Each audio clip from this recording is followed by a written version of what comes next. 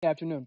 My name is Willie James Ray III, and I am a sophomore in the Law Magnet, currently studying pre-law with a special interest in military court systems and military court practices. After I graduate high school, I would like to attend the United States Naval Academy, studying to be a JAG lawyer or Judge Advocate Group, special military personnel who are also acting lawyers and attorneys in military legal systems. Furthermore, I am Deputy Secretary of the Youth Democracy Committee, a committee under the Dallas Youth Commission, and I am also a captain and as serving as one for the Colonel Joe Giovanni Decessor. battalion. Lessons that I've learned in freshman and sophomore year and go back for freshman, I would tell myself to one, always plan accordingly. Two, I would, that something's out of my control and I would, mark that down. And three, I need to learn to let go. Now, these three lessons on their own seem like very right lessons, maybe seem apathetic to some, but at the end of the day, these lessons will teach me to sometimes let go of things and just understand that life has its struggles. Now, my freshman year, a lot of mistakes, a lot of failures would come back and plague me for a very long time. And I would end up carrying things from the past year over into the new year and constantly working to fix that. And that would only further setbacks to me, only mounting the losses, and I would call those failures. I would also tell myself to not be so hard on myself, calling, failures as, a very negative mindset in my mind. I would constantly reinforce freshman year with saying, hey, buddy, get up on your feet and get moving. If I were to hear that my freshman mentee was to be falling behind in three classes and being disrespectful to his or her peers, my number one thing is to, okay, well, how can I get my mentee alone? And this is so I can discuss my mentee on some very even ground and be very polite and very calm with my mentee and saying, hey, buddy, what's going on here? Because these problems are often indicative of a larger underlying issue.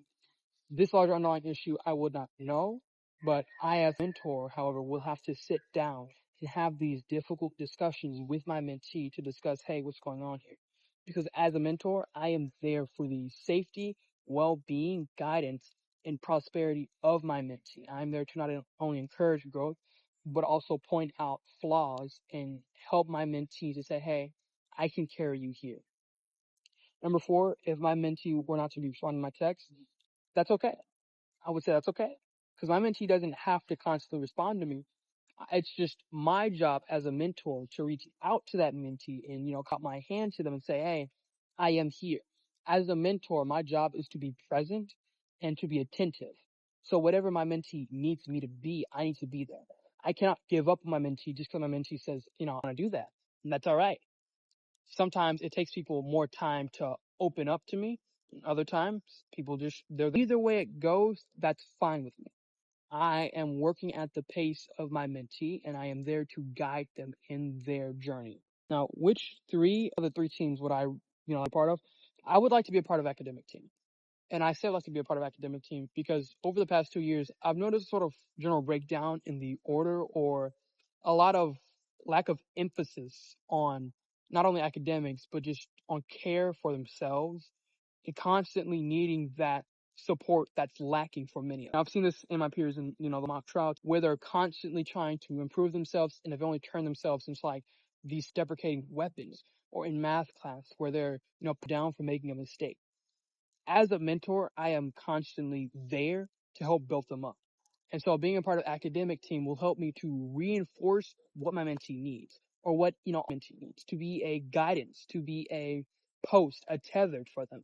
So being a part of the academic team will help me to reinforce this order for them, not so they can, like five and constantly work out, but to say, hey, these are some habits to help construct you, to help build you.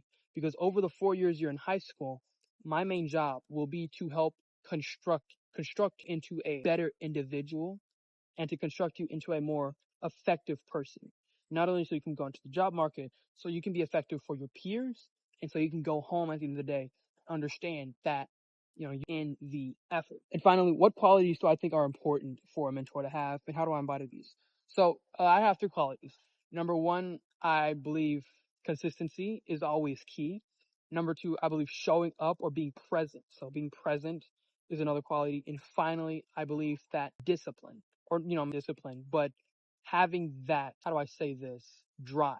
Not because sometimes you don't want to get out of bed, sometimes that's just not the case, but because as a mentor, I need to understand my mentees oftentimes will not be or feel like they are fit enough to belong.